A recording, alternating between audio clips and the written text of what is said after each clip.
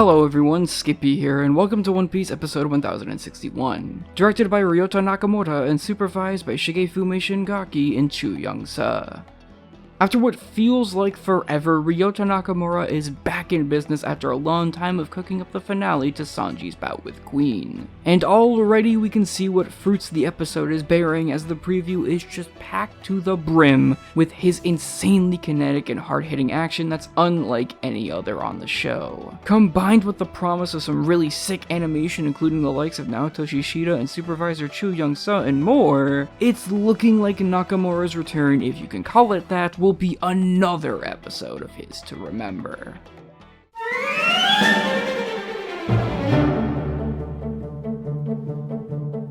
This episode covers pretty much the entirety of chapter 1034, omitting more Momonosuke content that I think I mistook for filler last week, with there being no outer cutaways to the stuff other than the Sanji and Queen fight, which leads to it flowing super well as a result, outside of the admittedly slightly annoying flashbacks to previous Onigashima episodes that you end up forgetting by the B part. But overall, as should be expected from Nakamura, there's a fair bit of liberties taken with the content at hand that I think it definitely helps things come off as more impactful. In addition to just generally rearranging content to help it thread better together with the chain of events, like with the geisha, there's a bit of connective tissue filler that helps, like I always say, fill in the blanks of the manga. Though by far the biggest change to the source material is certainly the change in the final attack itself against Queen, that instead of being a chain of random kicks from Sanji that leads into the beef burst, Queen gets flown back initially because of Sanji's barrage, which leads him to get more serious and activates his final attack, which gives us more of an impactful punch combined with the killer visuals for it, which clears the jumbled mess that the final spread for the chapter was. Mix that all together with absolutely perfect symbolism and cutaways to Sanji and his past with Germa and present and future with the Straw Hats that I'll discuss more in a bit, and this is a rock solid adaptation of a cool fight that they managed to make even better through the director's creative mind going full steam once again, leading into the storyboard quite perfectly.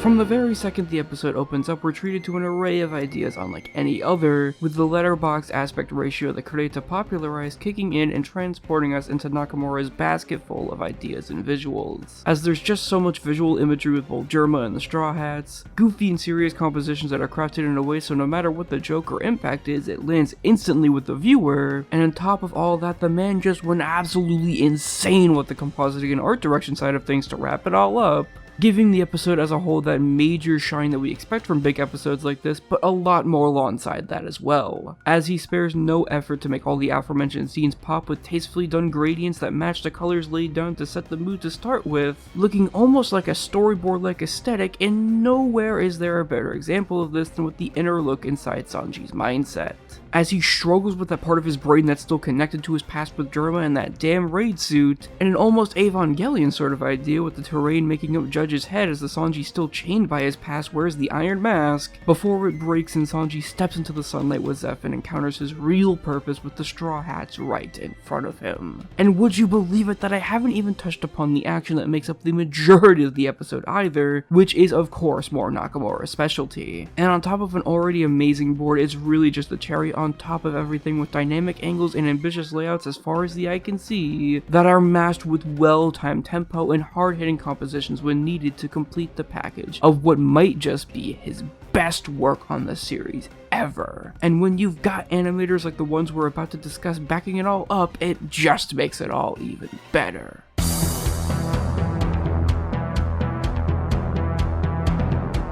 When even Shingaki's usually odd corrections are far more polished here, especially on his usually alien-looking females, that should just give you a taste of the type of polish that this episode exudes visually. And right in the first half, you're already treated to a smooth and impactfully done scene from Fasto that I feel like really hammers home Queen's size, on top of just being a very well-rounded scene, but also a rather lengthy scene from Naoto Shishida that, despite housing his usual Shida-isms on full display, still feels like it greatly benefits from the way the action is laid out in the storyboard, as the flow is just perfect and manages to suit Sheeta's style surprisingly super well. However, nowhere is the previously mentioned polish more apparent than in Chu Young-se's supervised B part, that on top of his clean yet visceral Masayuki Sato inspired artwork houses an array of animators from his friends like Hizawa and Runze Wang, to the likes of Tomoyuki Takahashi, Semi-Automatic, and quite a few others, that definitely thanks due in part to both Chu's supervision and Nakamura's storyboard, create some really awesome and ambitious pieces of animation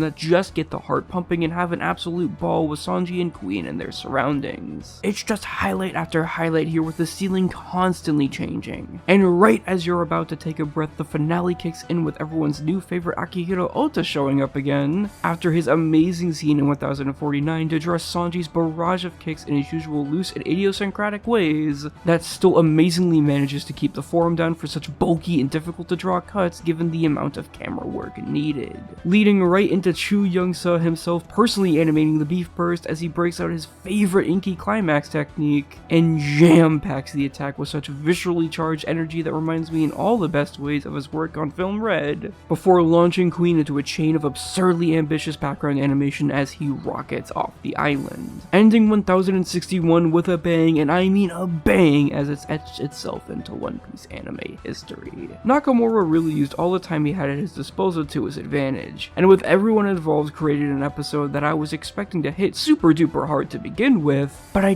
don't think I was quite prepared for just how hard it managed to hit in the end. Episodes like these are why the current anime's production is something we need, despite what some may complain about regarding auras and whatnot. And like last episode, I'm really just thankful that I was able to see it all unfold and to share it with you all today. Thankfully, next week will be a recap episode of Zoro and King's fight thus far, so we're not absolutely destroyed by two banger climax episodes one right after another. So let's all just take a short break to fully appreciate Nakamura's gift here before we move on into the next insane outing. Anyways guys, that's it for now. I'm Skippy, and I'm just gonna go lay down now.